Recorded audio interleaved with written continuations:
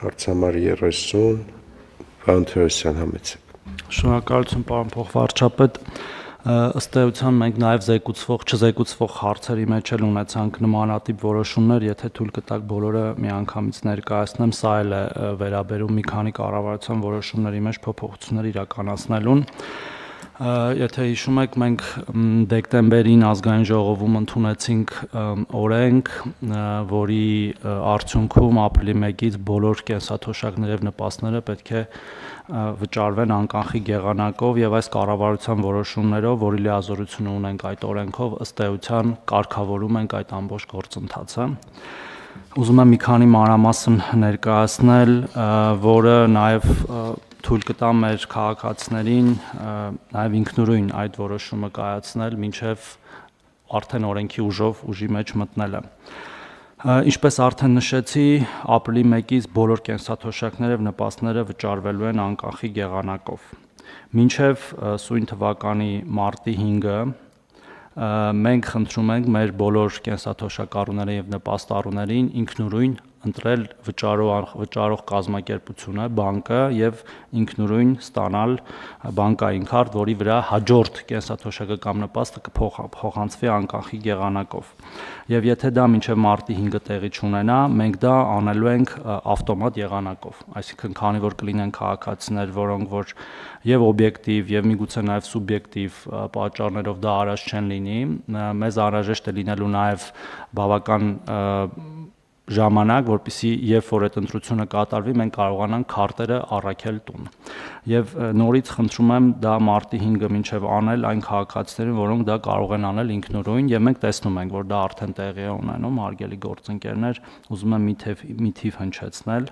Մենք դեկտեմբերի սկզբին, որ այս խոսակցությունը նոր սկսվեց, անկանխիկի ամբողջությամբ անցնելու, եւ եթե չեմ սխալվում, հենց կառավարության նիստին ունենք մոտ 50,000 քաղաքացի, ով ստանում էր կանխիկ եղանակով կենսաթոշակներ նպաստները, եւ մենք այսօր առավոտվա դրությամբ ունենք 21539 քաղաքացի, այսինքն այդ 30000 մոտ քաղաքացիներ ինքնուրույն արդեն անցել են անկանխիկի դաշտ, եւ օրական մոտ 1000-1500 քաղաքացի դեռ շարունակում են ինքնուրույն անցնել, եւ ես դրա համար եմ նաեւ կոչ անում, որ դա մեր քաղաքացիները անեն ինքնուրույն եւ ընտրեն իրենց նախընտրած բանկը։ Սա ինչի եմ հատուկ ասում, որովհետեւ մյուս դեպքում ավտոմատ է լինելու ընտրությունը, այսինքն համակարգի միջոցով, պատահականության սկզբունքով, հաշվի առնելով որոշ պարամետրեր, այդ ընտրությունը կատարվելու է համակարգի կողմից, որպեսզի որևէ մեկը ապրիլի 1-ի դրությամբ զրկված չլինի իր կենսաթոշակը կամ նպաստը ստանալու իրավունքից։ Դրանից հետո ընտրությունը ավտոմատ կատարելուց հետո մարտի 5-ից մինչև ապրիլի 1-ը մենք ապահովելու ենք քարտերի առաքումը սուրհանդակային ծառայության միջոցով, տարբեր տեսակի ծառայություններ կարող են լինել կամ բանկեր, որ իրենք են պատրաստական դա անել, կամ բանկեր, որ մեր միջոցով դա կարվի, հիմա նաև այդ բանակցությունները շարունակվում են, եւ մինչև ապրիլի 1-ը հնարավոր չի լինելու փոխել վճարողին, այսինքն եթե բանկը ավտոմատ ընտրվել է, ապա մինչև ապրիլի 1-ը հնարավոր չի լինելու փոխել, որպեսզի սահուն անցումը կատարենք։ Ապրիլի 1-ից հետո ընդհանուր կարգով հնարավոր է արդեն քաղաքացին կարող է ինքնուրույն որոշել։ Եվ այդ առաքումից հետո արդեն հաջորդ կենսաթոշակը, որը վճարվելու է ապրիլի 1-ին, կենսաթոշակ եւ նպաստ կստանան քաղաքացիները իրենց քարտով։ Իհարկե գործընթացում մենք շատ խոչընդոտների ենք հանդիպում, ընդհանուր մինչև օրինակ քաղաքացիներ ունենք, որոնք չունեն վավեր անձնագիր, որը խոչընդոտում է նրանց բանկում հաշիվ բացել, եւ մենք մեր գործընկերների հետ աշխատում ենք, որ այդ հարցը լուծենք, ընդհանուր այցելում ենք մեր քաղաքացիների տուն, ինքներս ենք անում այդ գործընթացը, նույնիսկ նկարում ենք, նկարը տպում ենք, իրենց փոխարեն դիմում ենք, լրացնում, որ հնարավորինս սահուն տեղի ունենա։ Եվ այլ, ասենք, քաղաքացիներ կան էլեկտրոնային փոստի հասցե չունեն, քաղաքացիներ կան նույնիսկ հեռախոս չունեն անձնական, որովհետև, ասենք, օրինակ շատ մեծ տարիքի են եւ հաշմանդամություն ունեն իրենց ընտանիքի անդամներն էլ իրենց հոգում կարիքները, եւ այդպիսի նույնիսկ ինդիվիդուալ կերպով փորձում ենք այդպես անել, որ ապրիլի 1-ի դրությամբ որևէ մեկը զրկված չլինի իր կենսաթոշակը ստանալու իրավունքից։ Մի բան էլ եմ ուզում միանգամից տեղեկացնել, թեև կառավարության որոշումով դա դեռ ընդունված չի, մենք կամ մյուս կամ մոտական ինստերին կբերենք եւս մեկ որոշում, որով կսահմանենք այդ քաղաքացիների ցանկը, ում առաքելու ենք այդ քարտերը, դրանք լինելու են նախնական, բայց իհարկե կքննարկենք ձեր բոլորի հետ, ձեր կարծիքն է կլսենք, պարզապես ուզում եմ արդեն հնչեցնել մեր պատկերացումները, դրանք բոլոր խորը սահմանափակում ունեցող քաղաքացիներն են կամ առաջի կարգ ունեցողները, 85-ից բարձր մեր քաղաքացիներն են, 85 տարեկանից բարձր եւ 75-ից 85 տարեկան ծանր սահմանափակում ունեցող կամ երկրորդ կարգ ունեցող քաղաքացիներն են, մեր պատկերացմամբ պետք է այդ շրջանակը ամբողջությամբ ներառի այն քաղաքացիներն, որոնք օբյեկտիվորեն չեն կարող ինքնուրույն գնալ բանկ եւ այդ հաշիվները բացել, բայց որոշումը ընդունելուց հետո իհարկե նորից դրա մասին կհայտարարենք։ Եվ քանի որ մենք այս անկախիքի անցումը դիտարկում ենք նաև որպես հավելյալ եկամուտի աղբյուր մեր քաղաքացիների համար, եթե թույլ տաք հետվճարի թվերն էլ հնչեցնեմ, պարոն Գրիգորյան, որտեվ մենք նաև եւ օրենքով ենք եւ կառավարության որոշումով փոխեցինք շեմը, դարձրեցինք 20% մինչեւ 10,000 դրամ հունվարից արդեն, եւ մենք 3 արդեն փոխանցումները կատարել եւ ամփոփել ենք, եւ նաեւ ինքնըստինքյան process-ը զարգանում էր, այսինքն նույնիսկ 40%-ի բարձրացման ամեն ամիս ավելի շատ մարդիկ էին օգտվում այդ ծրագրից։ Եվ վերջի տվյալները հետևյալն են, ուրեմն մենք 415,228 քաղաքացի ունենք արդեն օգտվող այդ ծրագրից հունվար ամսվա ընթացքում, ի համեմատ Ինտերեսանտ կներեք չլսեցի թիվը, ինչքան 415,228 ի համեմատ 400,572, այսինքն եւս 15,000 քաղաքացի օգտվում է այդ վճարի ծառայություններից հունվար ամսին ի համեմատ դեկտեմբերի, եւ հունվարին վճարել են 2.9 միլիարդ դրամի հետ վճար, ի համեմատ 1.8 միլիարդ դրամի դեկտեմբերի, այսինքն 1.1 միլիարդ դրամով ավելի, եւ միջին հետ վճարի չափը կազմել է 7,000 դրամ մոտ, որտեվ տարբեր քաղաքացիներ տարբեր կերպ են, ասենք, առևտուր արել եւ իրենց ի սկզբանե թոշակներն տարբեր են եղել, բայց գիտենք, որ յուրաքանչյուրի դեպքում լիմիտը 10,000-ն է եւ շատ քաղաքացիներ հենց 10,000-ը ստացել են, ի համեմատ նախկինի 4,400-ի, այսինքն դեկտեմբերին միջինը 4,400 էր եւ եթե միջինով զուտ համեմատենք 2,600 դրամի աճ ունենք, բայց յուրաքանչյուր անձի պարագայում դա 4,000 դրամ աճ էր, այսինքն 6,000-ը 10,000-ի դիմաց։ Եվ նորից խրախուսում ենք մեր քաղաքացիներին օգտվել անկանխիկ առևտրի եղանակից եւ իրենք իսկ իրենց ձեռքով ըստ էության բարձրացնել իրենց կենսաթոշակները եւ նպաստները մինչեւ 10,000 դրամի չափով 20%-ի սահմաններում իրենց կենսաթոշակից եւ նպաստից։ Եթե հարցեր կլինեն, պարոն Գրիգորյան, հարգելի գործընկերներ, խնդրեմ պատասխանեմ։ Շնորհակալություն, պարոն Թերոսյան, ես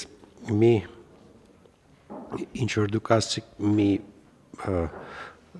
պրոբլեմատիկ հարց կա, որը կարող ենք այսօրվանից փորձել մի հատ հասկանալ, այդ վավեր անձնագիր չունենալու խնդիրը դա պրոբլեմ կդառնա։ Ես հասկանում եմ, որ դուք ձեր ամբողջ անձնակազմը օգնում ա, որպեսզի մարդիկ բանկային հաշվի պայմանագիր կնքեն եւ քարտ ստանան, բայց այդ անձնագիրը, որ վավեր չեղավ, դա կդառնա պրոբլեմ, նույնիսկ ձեր օգնությամբ հնարավոր չի լինելու դա անել, էլի։ Ես գուցե մի հատ բազաները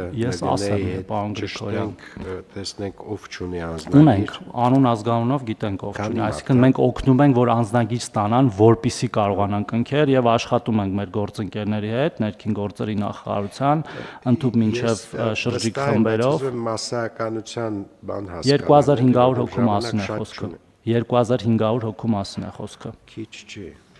Որոնք չունեն այն պատճառով, որովհետև կարիք չեն ունեցել ըստ էության որևէ ծառայությունից օգտվելու եւ իրենց կանխիկ կենսաթոշակը ստացել են, բայց հիմա առիթը ծագել է, արդեն շատերինը կազմակերպել ենք եւ ճիշտ եք ասում, մեր միասնական սոցիալական ծառայության ըստ էության ամբողջ անձնակազմը հիմա դրանով է զբաղվում, որպեսզի ապրիլի 1-ի դրությամբ որևէ մեկ քաղաքացի իր իրավունքից չզրկվի կենսաթոշակ եւ նպաստանալ։ Որովհետեւ մեծ թիվ է անկեղծ ասած։ Փորձում ենք հասցնել մեր պատկերացումով մինչև մարտի 5-ը թիվը կիջնի 10,000-ի մոտ, որտեղ օրական 1000-ից 1500 իջնում է ինքնական փոխողների եւ այդ 10000-ի հարցը մենք կլուծենք, չեմ բացառում, որ շատ, ասենք, հատուկենտ դեպքեր ինչ որ ինդիվիդուալ պատճառներով պրոբլեմատիկ լինի, բայց միևնույն է նրանք չեն զրկվի իրենց կենսաթոշակից եւ նպաստից, որտեղ դա այնուամենայնիվ կփոխանցվի, կդեպոնացվի հետո։ Այո, որտեղ հաշիվները ավտոմատ կբացվեն, սրանք հատուկ բնույթի հաշիվներ են, որ մեր դիմումի հիման վրա են բացվում բանկերում եւ բոլոր քաղաքացիները կստանան իրենց կենսաթոշակը եւ նպաստը։ Իսակցիան ինքը շատ մեծ դիսկրետ բանա բերալ լինելու թե կարողանանք բաշխենք ու անել այդ անձնագրերի նորացումը։ Չէ, պարոն Գրիգորյան, մենք ինտենսիվ պարոն Թորոսյանի եւ անձնակազմի հետ աշխատում ենք, հատկապես ինտենսիվացրել ենք նաեւ մեր շրջիկ սպասարկման գրասենյակների կողմից այցելությունները, տարածքներ եւ նաեւ ունենք տնայցերի ռեժիմ եւս։ Փորձելու ենք հնարավորինս ամբողջ ծավալը սպասարկենք մինչեւ պարոն Թորոսյանի նշած ժամկետը, բայց այն պայմաններում, երբ որ նույնիսկ չհասցնենք որոշ անձնագրեր տանք, միևնույն է իրավունքը պահպանվելու, այսինքն կծածկենք այս հարցը։ Չեմ ասում, որ դա ինչ որ չեմ էլ ուզում ցայտնոտ լինի, ուղղակի իմ մոտ հարց առաջացավ, մենք բիզնես process-ով կարողանում ենք անձնագրի տրամադրման հետ կապված ամբողջ process-ը կազմակերպել տանը։ Թե դա անհնարին է, որովհետև ես վստահ եմ, որ պարոն Թովոսյանը ինչպես նշեց, մարդիկ կան, որ շարժունակության խնդիրներ ունեն, ինչն եւ եթե լինի շարժունակության խնդիր եւ չլինի անձնագիր, նշանակում է մենք պիտի ձևաչափ գտնենք, որ տանը անձնագիրը տանք։ Պարոն Գրիգորյան, խնդիր չկա, մենք ամբողջը կազմակերպում ենք, քանի որ բիոմետրիկի հարցեսպայդրությամբ չունենք, դրանք շատ ավելի հեշտ լուծելի հարցեր են այս պահին։ Իսկ եթե իրենք ID նույնականացման քարտը ունենան, անձնագիր չունենան, հնարավոր է նույնականացման քարտով անել, ես կարծում եմ հնարավոր չէ։ Նույն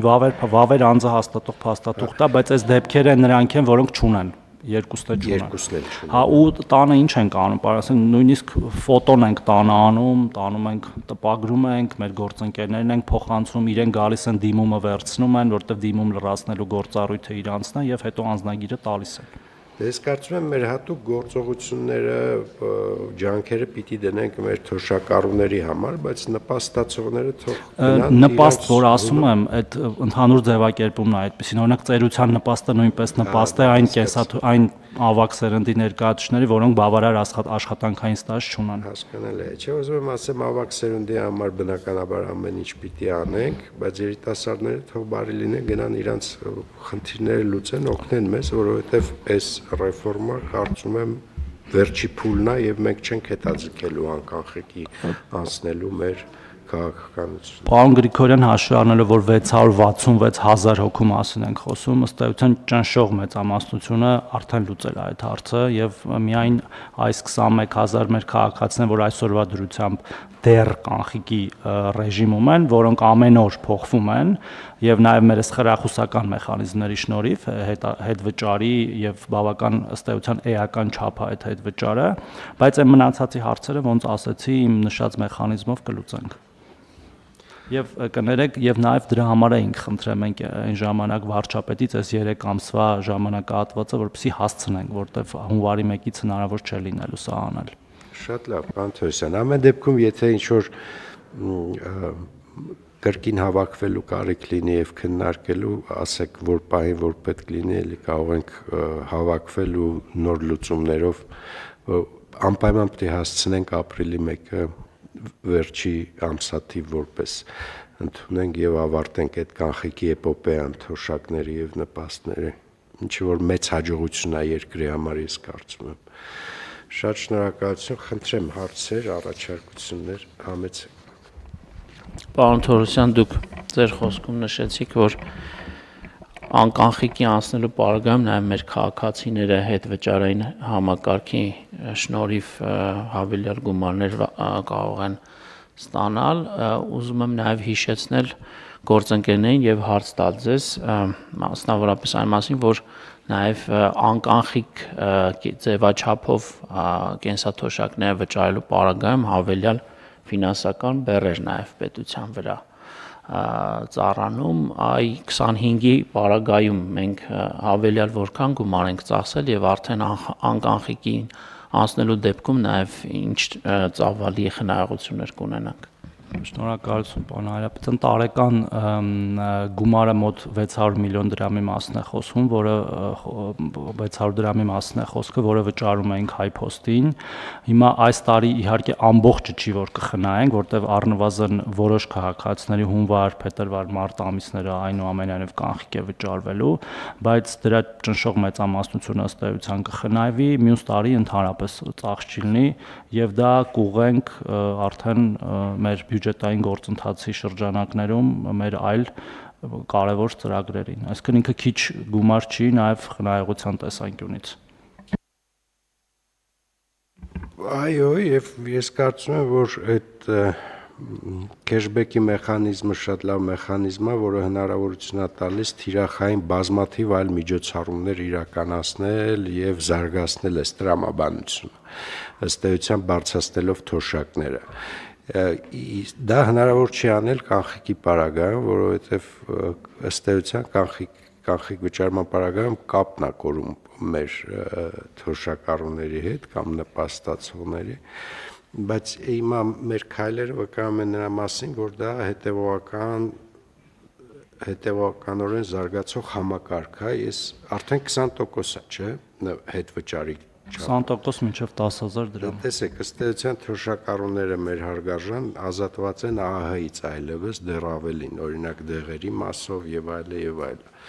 Ուզում եմ ասեմ, ստեղ նաեւ թիրախային ֆիսկալ քաղաքականություն անելու լավ հնարավորություն ենք ստանում, որպեսզի նաեւ հարկային արտոնությունները լինեն ոչ թե խառը, անթիրախ, այլ շատ կոնկրետ ու շատ թիրախավորված։ Եվ այս իմաստով ես կարծում եմ այդ համակարգի գոյությունը ապրիլի 1-ից ինքը շատ լուրջ ու մեծ արժեքավոր գործ է, որ մենք արեցինք։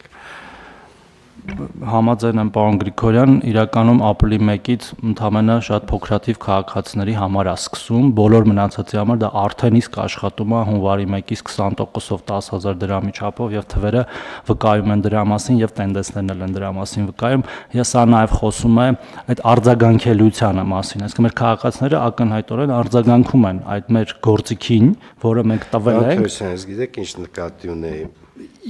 Տեսնենք, ժամանակը ցույց կտա։ Ես կարծում եմ, որ նույնիսկ եթե 20,000 կամ 30,000 մարդ դեռևս չէր մասնակցում, մեր հնարավորությունները միջոցառումներ իրականացնելու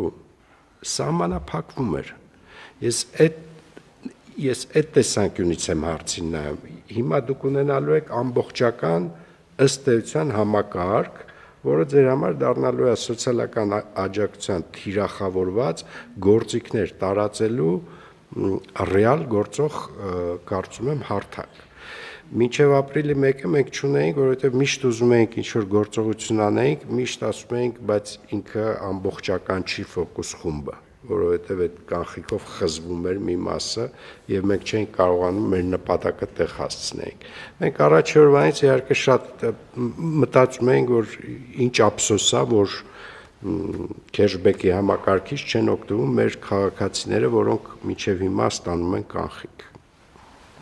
Մի վերջի բան էլ եթե թույլ կտաք, միշտ մոռանում եմ ասել, բայց կարևոր է, մենք ունենք նաև 2% հետ վճարի համակարգը, որը գործում է բոլորի համար եւ եթե մեր կենսաթոշակառու եւ նպաստառուները ընտրեն արկա քարտեր իրենց վճարային տեսակ, նաև նրանք կստանան այդ հավելյալ 2%-ը, որը քիչ գումար չի կրկին ընդհանուրի մեջ նայելով։ Հիմա իրենք իրավունք ունեն այդ կոբեջ քարտերը ընտրեն որպես թոշակային քարտ։ Այո, պարզապես բանկեր կան, որ չեն տրամադրում, բանկեր կան, որ տրամադրում են, հույս ունենք կշատանան այդ բանկերը, որ տրամադրում են կամ քաղաքացիներ իրենք կթեքվեն դեպի այլ բանկեր